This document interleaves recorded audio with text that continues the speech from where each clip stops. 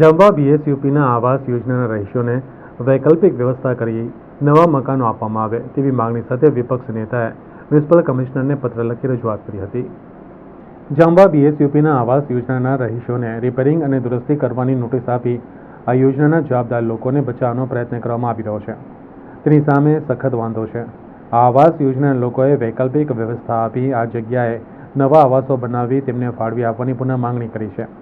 આ ઉપરાંત આવાસ યોજનાની ગાઈડલાઈન મુજબ તમામ ગરીબ બેઘરોને મકાન આપવાની જોગવાઈને ધ્યાનમાં રાખી હવે બીએસયુપી જાંબા આવાસ યોજનાના રહીશો જે કોર્પોરેશનના પાપે બેઘર થયા છે તેમને તાત્કાલિક ધોરણે વૈકલ્પિક વ્યવસ્થા કરવામાં આવે અને ઇજારાદારના ખર્ચે અને જોખમે આ મકાનોનું પુનઃનિર્માણ કરવામાં આવે અથવા તો રિપેરિંગ કરવામાં આવે તેવી પણ માંગણી વિપક્ષ નેતા અમીબેન રાવતે કરી હતી.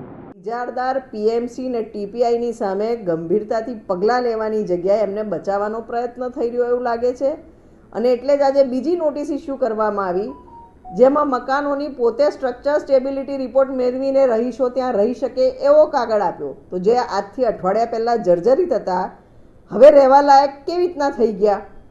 કોર્પોરેશનની સીધી જવાબદારી છે. જો હવે આમાં 2 જણ ઓલરેડી મૃત્યુ પામી ગયા છે આ મકાનોમાં, હવે કોઈ જાનહાનિ થશે તો સીધા મ્યુનિસિપલ કમિશનર આના માટે રિસ્પોન્સિબલ રહેશે. અમે ફરી આજે પત્ર લખીને માંગણી કરી છે કે પીએમસી, કોન્ટ્રાક્ટર અને ટીપીઆઈ સામે કાર્યવાહી શરૂ કરો, જવાબદાર પદાધિકારીઓ સામે કાર્યવાહી શરૂ કરો અને એમના રિસ્ક એન્ડ કોસ્ટ પર આ મકાન રિપેર અથવા તો પુનઃનિર્માણ કરી આપો ને ત્યાં સુધી રહીશોને વૈકલ્પિક વ્યવસ્થા કરી આપવાની ફરજ કોર્પોરેશનની છે.